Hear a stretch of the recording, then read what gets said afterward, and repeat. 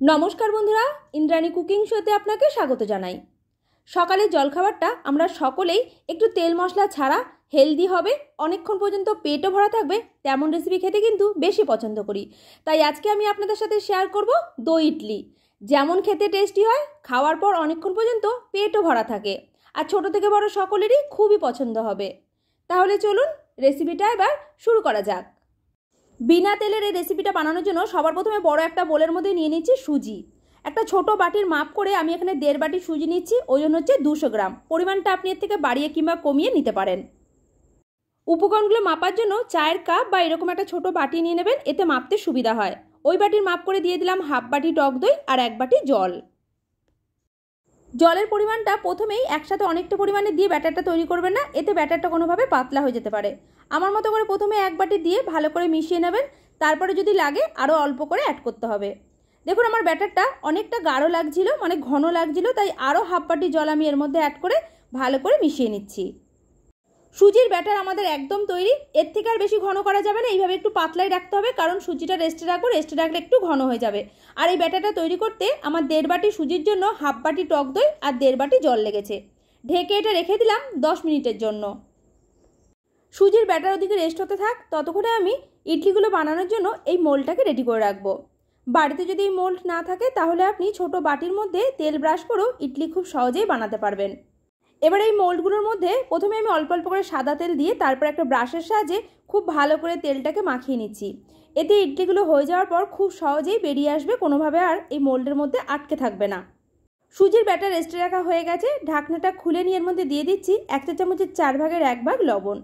এবার একটা হ্যান্ড ব্লেন্ডারের সাহায্যে এই ব্যাটারটাকে একটু সময় নিয়ে খুব ভালো করে ফেটিয়ে নিচ্ছি।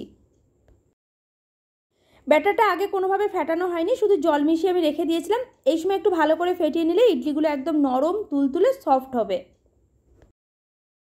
2 থেকে 3 মিনিট সময় নিয়ে সুজির ব্যাটারটাকে খুব ভালো করে ফেটানো হয়ে গেছে। এবার এর মধ্যে দিয়ে দিলাম 1/2 চা চামচ ইনোর পরিবর্তে আপনি বেকিং সোডাও দিতে পারেন, আর এর মধ্যে অল্প করে জল দিয়ে দিলাম। তারপর একটা হাতার সাহায্যে খুব ভালো করে মিশিয়ে নিচ্ছি। ইনো বা বেকিং সোডা দেওয়ার পর ব্যাটারটাকে কিন্তু বেশিক্ষণ আর রাখা যাবে না, সাথে সাথে ইডলিগুলোকে আমাদের বানিয়ে নিতে হবে। এবারে ব্যাটারের ঘনত্বটা একটু দেখিয়ে দিচ্ছি, দেখুন ঠিক এইভাবে তৈরি করতে হবে, খুব বেশি ঘনও না আবার খুব বেশি পাতলাও না। এবারে একটা হাতার সাহায্যে অল্প অল্প করে ব্যাটার নিয়ে এই মোল্ডের মধ্যে ভরে নিচ্ছি। খুব বেশি একদম ভর্তি করা যাবে না, কারণ ইডলিগুলো হয়ে যাওয়ার পরে ফুলে একটু বড় হয়ে যাবে, তাই ব্যাটারের পরিমাণটা একটু কম দেবেন। সবকটা বাটির মধ্যে ব্যাটার দিয়ে দেওয়ার পর এবার এই মোল্ডটাকে আমি এইভাবে সাজিয়ে নিচ্ছি। এরপর এই মোল্ডটাকে আমাদের ভাপে বসাতে হবে, তার জন্য আগে থেকে আমি জল গরম হতে বসিয়ে দিয়েছিলাম, আর জলটাও দেখুন টকবক করে ফুটে গেছে। খুব সাবধানে মোল্ডটাকে জলের উপরে বসিয়ে ওপর দিয়ে ঢাকনা দিয়ে ঢেকে দিলাম। তারপরে এইভাবেই আমাদের রান্না করে নিতে হবে মিডিয়াম টু লো ফ্লেমে 10 থেকে 12 মিনিট। 12 মিনিট হয়ে যাওয়ার পর ঢাকনাটা এবার খুলে নিয়েছি।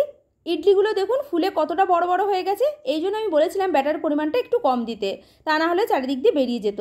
এরপর আমি একটা টুথপিকের সাহায্যে দেখে নিচ্ছি ব্যাটারটা কোনোভাবে কাঁচা আছে কিনা। দেখুন সুজির ব্যাটার টুথপিকের গায়ে একটুও লেগে নেই, এর মানে বুঝতে হবে ইডলিগুলো একদম তৈরি। খুব সাবধানে মোল্ডটাকে বার করে আমি রেখে দিয়েছিলাম, যখন ঠান্ডা হয়ে গেছে একটা ছুরির সাহায্যে ইডলিগুলোকে আমি বার করে নিচ্ছি। খুব ভালো মতোভাবে ঠান্ডা করার পরে কিন্তু এগুলোকে বার করবেন, তা না হলে ভেঙে যেতে পারে। বাদবাকি দুটো মোল্ড থেকেও ইডলিগুলোকে এইভাবে বার করে একটা প্লেটের মধ্যে সার্ভ করে নিচ্ছি। তারপরে আপনাদের একটা হাতে নিয়েও দেখিয়ে দেবো ভেতরটা কেমন হয়েছে। দেখুন একটা ইডলি আমি ভেঙেও দেখিয়ে দিলাম, কতটা জালি জালি হয়েছে আর কতটা নরম সফট হয়েছে। খেয়ে কেউ বুঝতেও পারবে না যে এটা সুজির ইডলি।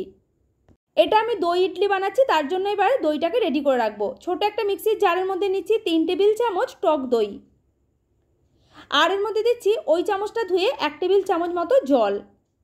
এরপর এর মধ্যে দিয়ে দেবো 1/2 চা চামচ চিনি আর দিচ্ছি 1 চিমটে লবণ।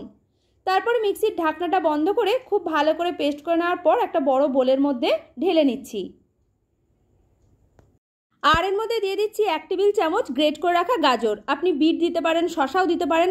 একসাথে ভালো করে মিশিয়ে নিয়ে এর মধ্যে একটা তড়কা দেবো, তার জন্য সাদা তেল গরম করে 1/2 চা চামচ সাদা সর্ষে দিচ্ছি, শুকনো লঙ্কা, কাঁচা লঙ্কা আর কারি পাতা ফোড়ন। এবার এগুলোকে একসাথে ভালো করে ভেজে নিয়ে দইয়ের মধ্যে দিয়ে একসাথে মিশিয়ে নিতে হবে। এই তরকাটা দেওয়ার জন্য দই ইডলিটা খেতে এতটা টেস্টি লাগবে যে একবার বানালে বারবার বানিয়ে খেতে ইচ্ছা করবে। দই ইডলিটা আমি সার্ভ করবো, তার জন্য একটু গভীর দেখে একটা প্লেট নিয়েছি, তার মধ্যে 4 থেকে 5টা আমি ইডলি এইভাবে সাজিয়ে নিলাম। এবারে ওপর থেকে দিয়ে দেবো দইয়ের মিশ্রণ, যেটা আগে থেকে আমি রেডি করে রেখেছিলাম।